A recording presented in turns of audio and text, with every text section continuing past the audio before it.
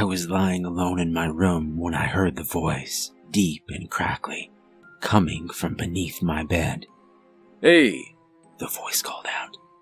I told myself I was just imagining it. "Hey, kid," the voice repeated. I drew my knees to my chest and ducked my head under the blanket, trying to shut out the voice and the cold wind that drifted in through the window, ruffling the curtains. "Who are you?" I asked. "I'm the monster underneath your bed," the voice replied. "You mean you're real?" I asked. "What do you mean?" the monster said. "Course I'm real." "Do you have a name?" I asked. "Course I have a name." "Oh, well, what is it?" "Frank." "Frank?" "Yeah," the monster said. "There's something wrong with that?" "No, I mean, I don't know," I said. "It's just not very monsterly." "Well, my parents didn't want me to be a monster." "Really? What did they want you to be?" "A dentist." "That's funny," I said. I could feel myself beginning to smile. "What do your parents want you to be?" it asked. I don't know. Hey, Frank?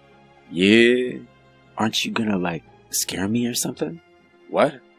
Why would I do that?" "Well, you're a monster, aren't you?" "Well, yeah, of course I am. But that doesn't mean I scare little kids."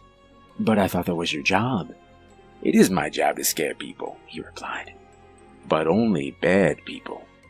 "Am I a bad person?" I asked. "Nah," he said. "But you're not the one I'm here to scare."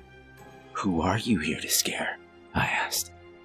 "The man inside your closet." The skin on my arms goose-fleshed up.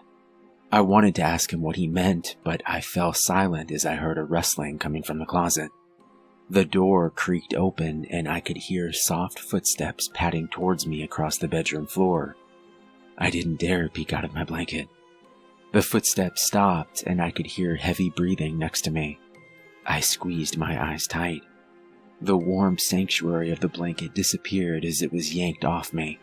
I hugged my arms around my knees and prepared for the worst. A scream shattered the night air, followed by the sound of breaking glass. I opened my eyes a crack to see a knife lying on the carpet next to my bed, blade glinting in the moonlight.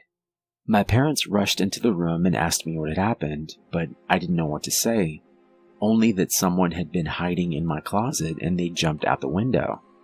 My parents called 911 and the police came right away. They picked up a man called Gary Thompson sprinting through the streets a couple blocks away. He was covered in blood and broken glass. They found Gary's car abandoned on our property, and inside they found duct tape, knives, barbiturates, and a video camera.